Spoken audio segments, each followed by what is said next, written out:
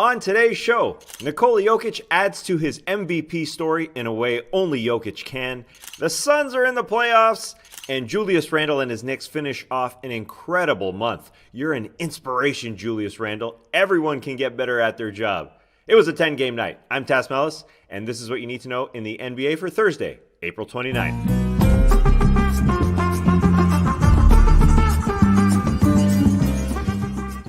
Good morning, everybody. It's been a long time since anyone can say these words. The Phoenix Suns are in the playoffs. For the first time since when they had a point guard with long, floppy hair passing to everyone in 2010. It was the NBA's second longest playoff drought. We'll tell you the first a little bit later. Last time the Suns were in the playoffs, their starting center, DeAndre Ayton, was 11 years old. Two-time All-Star Devin Booker is in for the first time in his 6-year career. The Suns took care of the Clippers on Wednesday. And the best example of the Chris Paul and Coach Monty Williams effect the Suns have been feeling all season on this particular night was Frank Kaminsky coming off the bench. He was out of the rotation for weeks, but because of a couple injuries, stayed ready. At one point, dropped 7 straight Suns points of his 13 overall.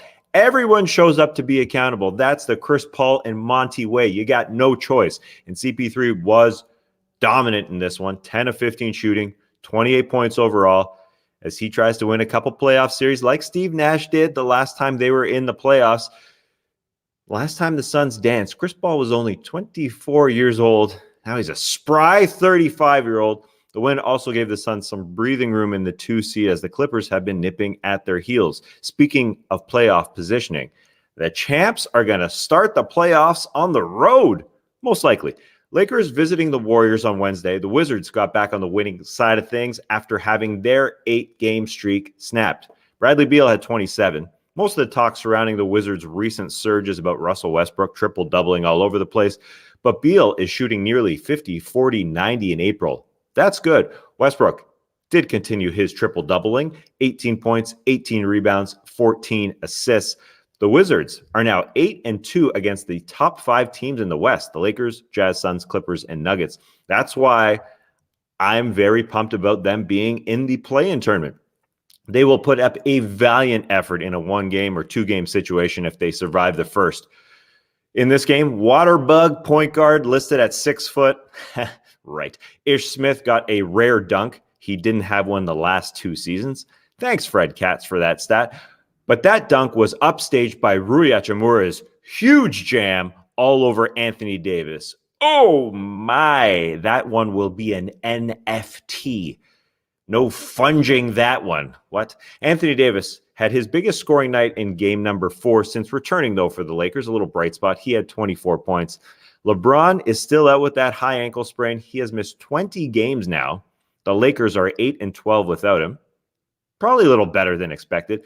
LeBron still has 10 games to come back and be ready for the postseason, and he will have to be ready for that first series. In the West, it's no joke. Whether they're playing the Denver Nuggets or the Clippers, they're going to finish 5th or 6th in the West because it would take both a miracle and collapse for LA to catch Denver in 4th. They're basically locked into starting the playoffs on the road. They could be the repeat champions starting on the road like the Houston Rockets of 94 and 95, as Trey Kirby pointed out, on no dunks.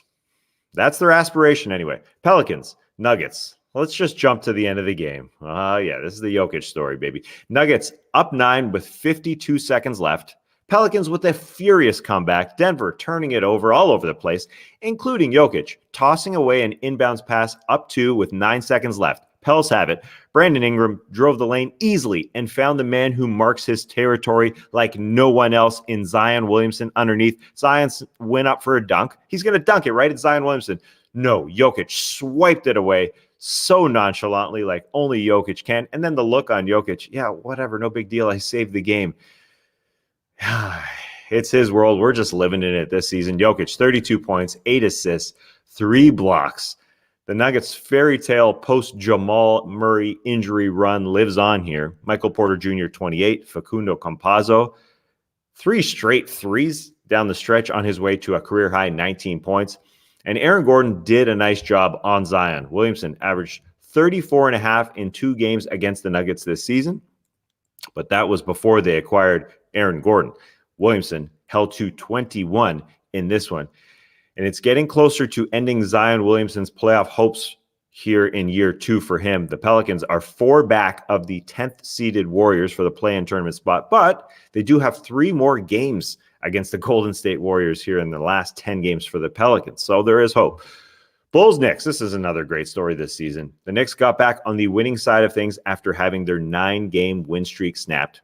Julius Randle is absolutely incredible. The lefty lined up long 2 after long 2, like he was in an empty gym, just stepping into it.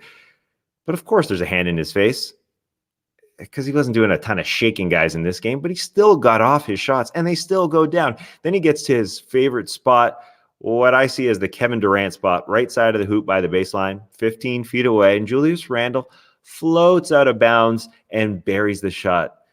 Looking Kevin Durant-esque. Yeah, I shouldn't have said that, but whatever. He's doing it from the same spot. Randle had 34. The shot's going down. His 7th 30-point game in April.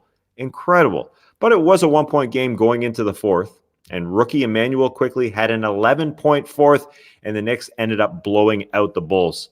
Tom Thibodeau plays rookies and kept quickly engaged despite him losing some opportunities to Derrick Rose. Even a Tibbs smile on Wednesday night. What a season for the Knicks. The Knicks completed a 5-1 homestand.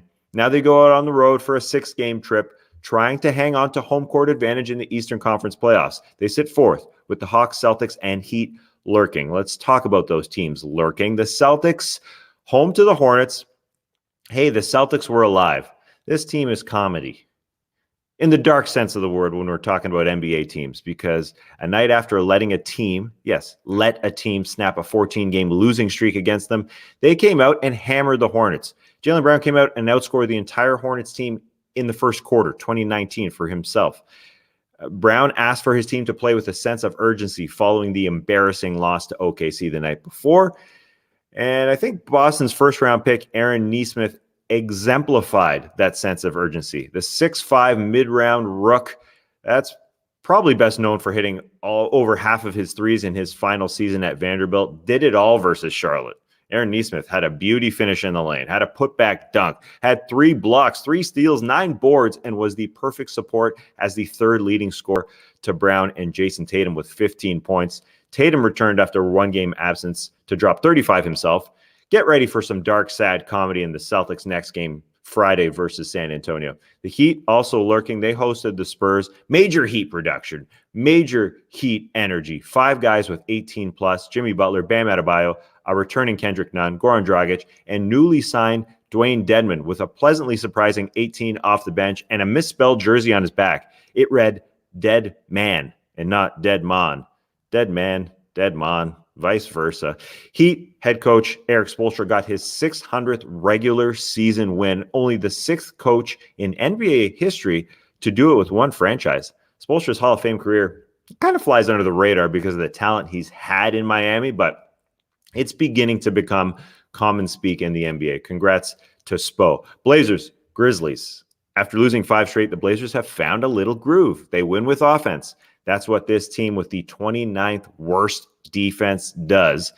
And after their offense produced Tuesday against the Pacers, it appeared as though their game just carried on the next night because they walked into Memphis and poured it on the Grizzlies from the beginning. Pour some offense on me. Yeah, too far. 74 in the first half for the Blazers. 5 guys with 15+, 3 guys with 20+ overall, dropping 130 on the Grizz. This was the 3rd time the 2 teams had faced off in 6 days, so Portland had to beat Memphis once. Despite that 5-game losing streak, the Blazers do have hope to catch Dallas for 6th, and in doing so, avoid the play-in tournament.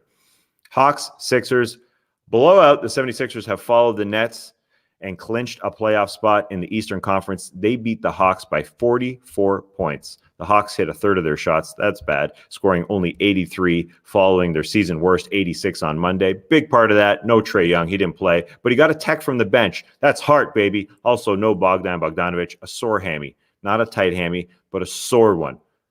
That's probably better than a tight one. Philadelphia played with its full starting lineup. Ben Simmons, Seth Curry, Joel Embiid, Tobias Harris, and Danny Green for just the 25th time this season. The Sixers are 21-4 in those games. Brooklyn up 1 on the 76ers for the 1 seed in the East. And as Ben Simmons said, they want that number 1 spot. We got a race here. Jazz, Kings. Utah plowed the Kings by 49 points.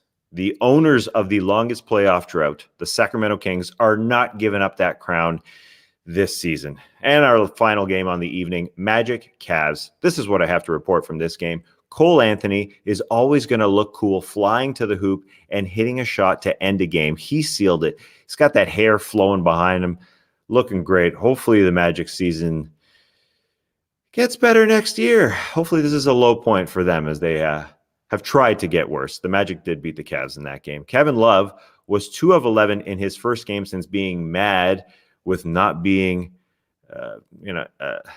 not getting a call, I should say, just throwing it back in. He's since apologized for that spat. Don't apologize, Kevin Love. You're angry. Own it. That's fine. All right. That is it for me. Make sure you check out the full No Dunks episode here on Thursday. Make sure you subscribe to the YouTube channel as well. I'll be back on Friday to give you the news as fast as I possibly can. I'll talk to you then.